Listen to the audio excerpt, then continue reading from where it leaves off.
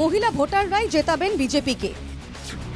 103টি কেন্দ্রে এনডিএর জয়ের সম্ভাবনা। 26-এর নয়া মুখ নিয়ে কি বললেন মুখ্যমন্ত্রী?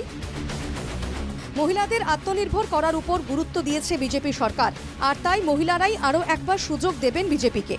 নবগঠিত ডিমোরিয়া কেন্দ্রে মহিলা উদ্যমিতা প্রকল্পের চেক বিতরণ অনুষ্ঠানে এই মন্তব্য করেন মুখ্যমন্ত্রী হিমন্ত বিশ্ব শর্মা।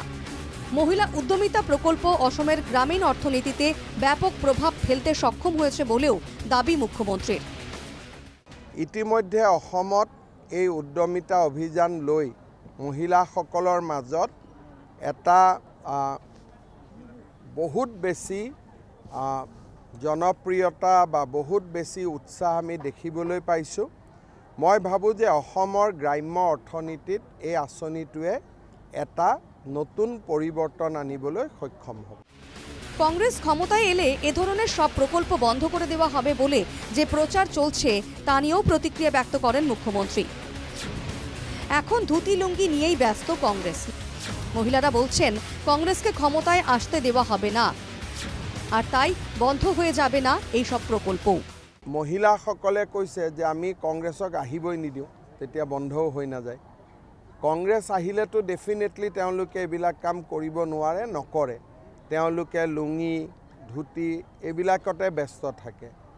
আমি মহিলাসকলক ধুতি লুঙিৰ পৰা উঠাই আনি অৰুণোদয়, লাখপতি বাইদেউ আমি এটা নতুন পৰ্যায়লৈ লৈ গ'লোঁ। এখানেই শেষ নয়, কেন্দ্র পুনর্বিন্যাসের ফলে লাভবান হয়েছে বিজেপি। এটা উল্লেখ করে মুখ্যমন্ত্রী বলেন কেন্দ্র বেড়েছে, ফলে বিজেপিতে নতুন মুখ আসা অবধারিত। সমষ্টি বিজেপিৰ কাৰণে বাঢ়িছে।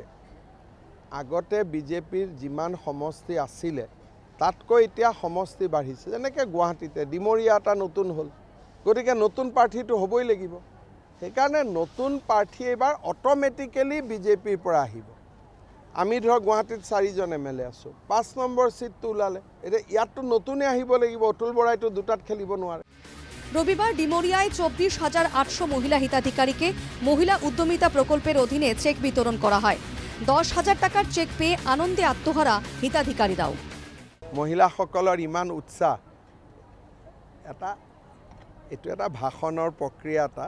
ইয়াতে ডিমৰীয়াত মহিলাসকলৰ উৎসাহ বহুত বেছি। ৰাতিপুৱা 6টাতে আহিছে, সেইকাৰণে 5টাতো আহা বুলি কৈছে। উৎসাহৰ কথাটোহে মই কৈছোঁ। উল্লেখ্য 7 ফেব্রুয়ারি পর্যন্ত রাজ্যে বিভিন্ন প্রান্তে চলবে মহিলা উদ্যমিতা প্রকল্পের চেক বিতরণ। Bureau report, NKTV Bangla.